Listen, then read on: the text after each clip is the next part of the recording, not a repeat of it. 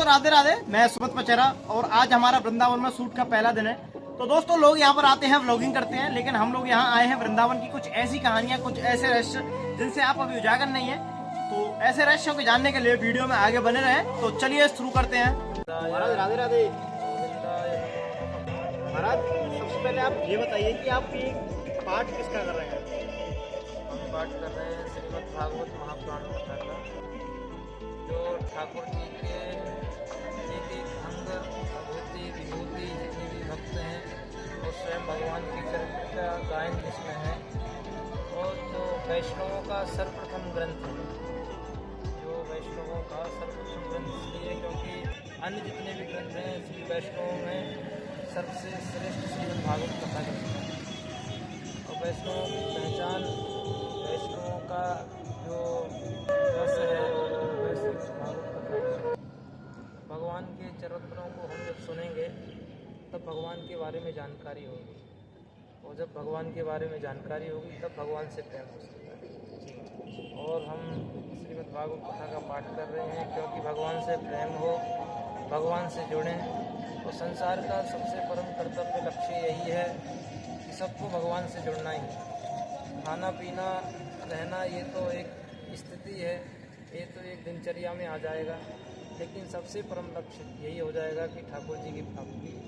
वही मैं यमुना जी के घाट पे बैठ के, यमुना महारानी की शरण में बैठ के यमुना जी से प्रार्थना कर रहा हूँ, हे यमुना मैया हमको ठाकुर जी की चरणों की भक्ति प्रदान करो, क्योंकि इस संसार में न जाने कितने वर्षों से भटक रहे हैं, लेकिन आज आपकी शरण में आए हैं, आप भी हमारे ऊपर कृपा करो।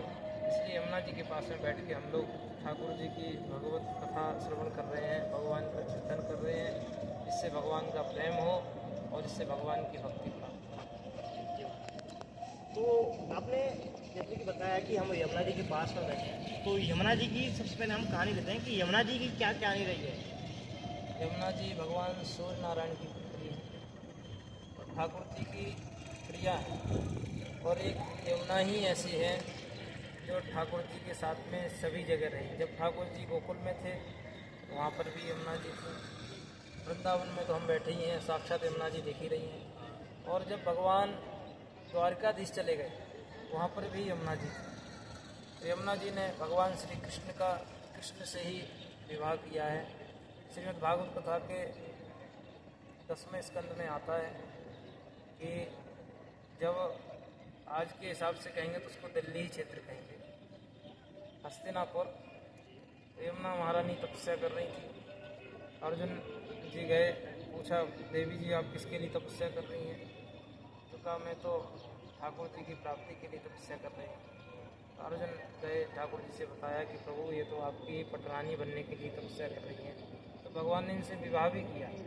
वैसे तो नित्य लीला में जो हमेशा लीला ठाकुर जी की, उसमें तो साक्षात कृष्ण प्रिया हैं, कृष्ण पटरानी ही हैं, लेकिन जब जब भगवान अन्य जन्म लेके आते हैं तो कोई न कोई रूप में सभी चाहते हैं हमारा विवाह हो। तो ऐसे यमुना जी का भी विवाह जब ठाकुर जी कृष्ण रूप में बन के आए थे, प्रकट हुए थे, तब ठाकुर जी का विवाह यमुना जी के साथ में हुआ।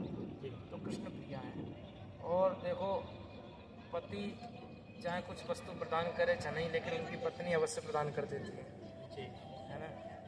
तो ठाकुर जी की कृष्ण प्रिया हैं, ठाकुर जी की पत्नी हैं, इसलिए हम यमुना जी के पास में बैठ के उनसे ही प्रार्थना कर रहे हैं कि प्रभु जी, हे यमुना मैया आपके अपने पति की प्रदान हमको प्रदान कर दो, अपने पति देवता को ठाकुर जी महाराज को प्रदान कर दो, ऐसी प्रार्थना कर रहे हैं। ऐसे यमुना जी का स्वरूप है, बड़ी शांत, बड़े ही दयालु, बड़े ही कृपालु जैसे यमुना महारानी है। बोलो यमुना मैया की जय। तो महाराज मेरा एक बचपन से सवाल है कि मैं ये देखते आ रहा हूँ कि जब भी मैं बिहारी जाता हूँ कि उनके सामने एक पर्दा लगा दिया जाता है, इसके पीछे की क्या कहानी है? पर्दा लगाने की ये कहानी है कि एक बार बताते हैं कि कोई मैया आई, ठाकुर जी से प्रेम करते हैं। एक बार ठाकुर जी से बोले सदैव तुम यहीं रहोगे, और यहाँ जितने भी भक्त आते हैं कुछ न कुछ तुमसे मांगते ही रह गए, और प्रभु आज हम तुमसे कुछ मांगवे नहीं आई है, हम तो आपको ही मांगवे आई हैं। और इतने प्रेम भरी माई थी, इतनी प्रेम भरी माई, ऐसा बताते हैं कि ठाकुर जी उस पर रिझ गए और स्वयं ठाकुर जी चले गए उसके साथ। अच्छा। अब इधर ठाकुर जी की लीला, जो ठाकुर जी के सेवा में भक्त थे उनको सपना आया कि मैं तो यहाँ ही नहीं, मैं तो वो मैया ले गई मुझे, मैंने प्रेम भरी बाबरी में।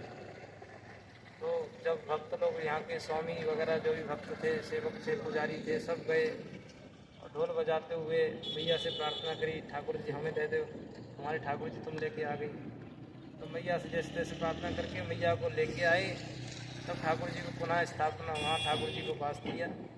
तब से पुजारियों ने सोच लिया कि भैया ठाकुर जी से कोई 10 मिनट से ज़्यादा, 5 मिनट से ज़्यादा कोई नैन मिला ही नहीं पाए, इसलिए बार बार पटका लगा दें। और अब भी ऐसा नियम है कि जो बांके बिहारी जी से नैन मिला ले, ठाकुर जी से जो नैन मिला ले, 10 मिनट तक भी नैन मिला ले, तो बताते हैं ठाकुर जी बाकी साथ में चले जावे। इसलिए पुजारी लोग बड़े चालाक होते हैं कि हमारे ठाकुर जी ना छोड़ के चले जाएं हमें, तो बार बार पर्दा ऐसे लगा देंगे। लेकिन फिर भी आप लोग किसी दिन वास्तविक भक्ति करते हो, ठाकुर जी फिर भी चले जाए। ऐसे हमारे बांके बिहारी जी हैं। देखो, सबको मन चित्त हरण करने वाले बिहारी, और उनके भी मन चित्त हरण करने वाले उनके भक्त है ना। तो भगत मेरे मोर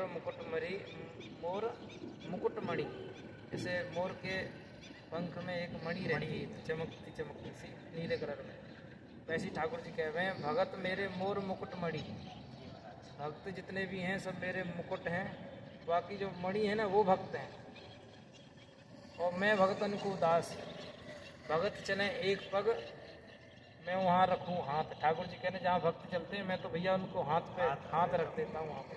भक्त ठाकुर जी के इतने प्रिय हैं। और फिर बिहारी, बांके बिहारी तो भैया भगवान तो भक्त के बस में ही है, यदि भक्त नहीं होते तो भगवान का बात। ऐसे हमारे बिहारी। साथियों, आज की वीडियो में बस इतना ही। और मैं जानता हूँ मेरे से काफ़ी सारी गलतियाँ हुई हैं, क्योंकि ये मेरी फर्स्ट वीडियो है और मेरे को इतना ज़्यादा एक्सपीरियंस नहीं है, लेकिन मैं डे बाई डे बेटर करता जाऊँगा। आप मेरे को बस सपोर्ट करते रहना और सब्सक्राइब कर लेना, और इंस्टा से देख रहे हो तो फॉलो कर लेना। Thank you, Radhe Radhe.